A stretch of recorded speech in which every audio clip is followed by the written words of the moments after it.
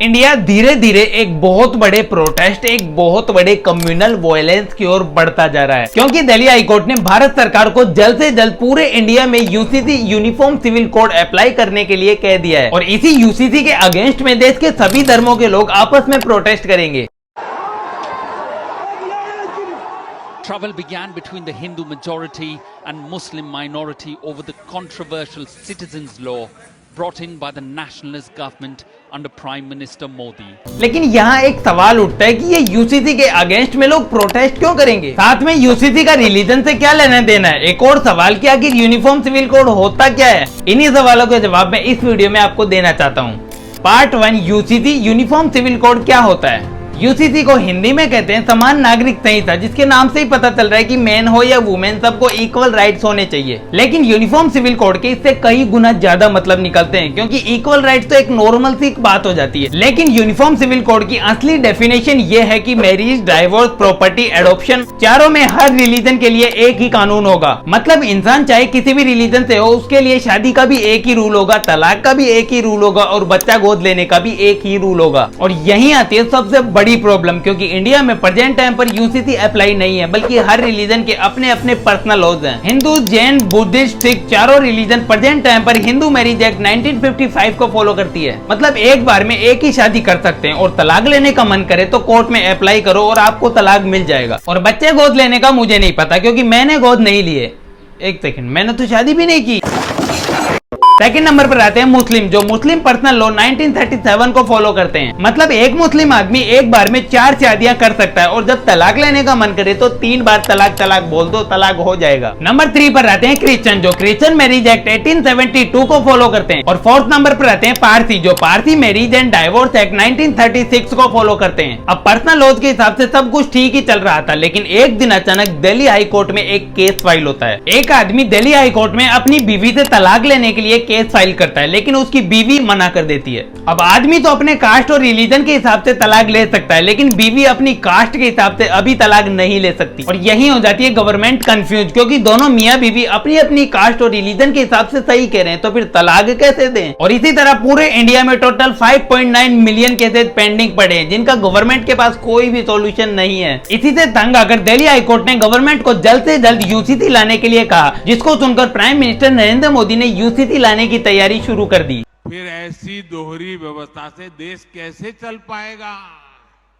हमें याद रखना है कि भारत के संविधान में भी नागरिकों के समान अधिकार की बात कही गई है। और यही आती है एक और बड़ी वाली प्रॉब्लम, क्योंकि अगर देश में यूसीसी अप्लाई हो गया तो देश में एक बहुत बड़े लेवल पर वायलेंस और प्रोटेस्ट देखने को मिल सकता है। क्योंकि यहाँ एक तरफ है 90% हिंदू जो यूसीसी को फुल सपोर्ट कर रहे हैं, जिनका मानना है कि मैन हो या वुमेन दोनों को मैरिज, डाइवोर्स, प्रॉपर्टी, एडॉप्शन में इक्वल राइट्स होने चाहिए। दूसरी तरफ है बाकी सारी कम्युनिटी के लोग, जिनका मानना है कि मोदी सरकार यूसीसी के नाम पर अपनी हिंदुत्व आइडियोलॉजी को हमारे धर्म के ऊपर जबरदस्ती थोपना चाहती है। लेकिन शायद इनका ये सोचना गलत हो सकता है, क्योंकि अमेरिका, रसिया, ब्रिटेन और जितने भी डेवलप कंट्री हैं, सभी में यूसीसी को ही फॉलो किया जाता है। मतलब हिंदू हो या मुसलमान हो या फिर क्रिश्चियन हो, सभी को एक ही रूल फॉलो करना पड़ता है। एक आदमी एक बार में एक ही शादी कर सकता है और तलाक देने का भी वो सेम ही रूल है जो रूल हिंदू मैरिज एक्ट के अंदर है। तो इसका मतलब ये तो नहीं है कि अमेरिका हिंदू मैरिज एक्ट को फॉलो कर रहा है, नहीं कर रहा ना, वो इक्वलिटी को फॉलो कर रहा है। तो ये सोचना गलत होगा कि मोदी सरकार अपनी हिंदुत्व आइडियोलॉजी को इन दूसरे धर्मों के ऊपर थोप रही है। नहीं, वो शायद इक्वलिटी को उनके ऊपर थोप रही है। अब ऐसे मत सोचना कि सभी मुस्लिम्स यूसीसी के अगेंस्ट है, नहीं, ऐसा तो बिल्कुल भी नहीं है। अमना बेगम अंसारी, जो प्रिंट इंडिया न्यूज चैनल की होस्ट है, उन्होंने दिल्ली हाई कोर्ट में PIL फाइल की है और यूसीसी का सपोर्ट किया है। कहा कि मुस्लिम महिलाओं को इस्लाम में इक्वल राइट नहीं दिए जाते। मतलब मुस्लिम मैरिज एक्ट के तहत अगर कोई आदमी गलती से भी 3 बार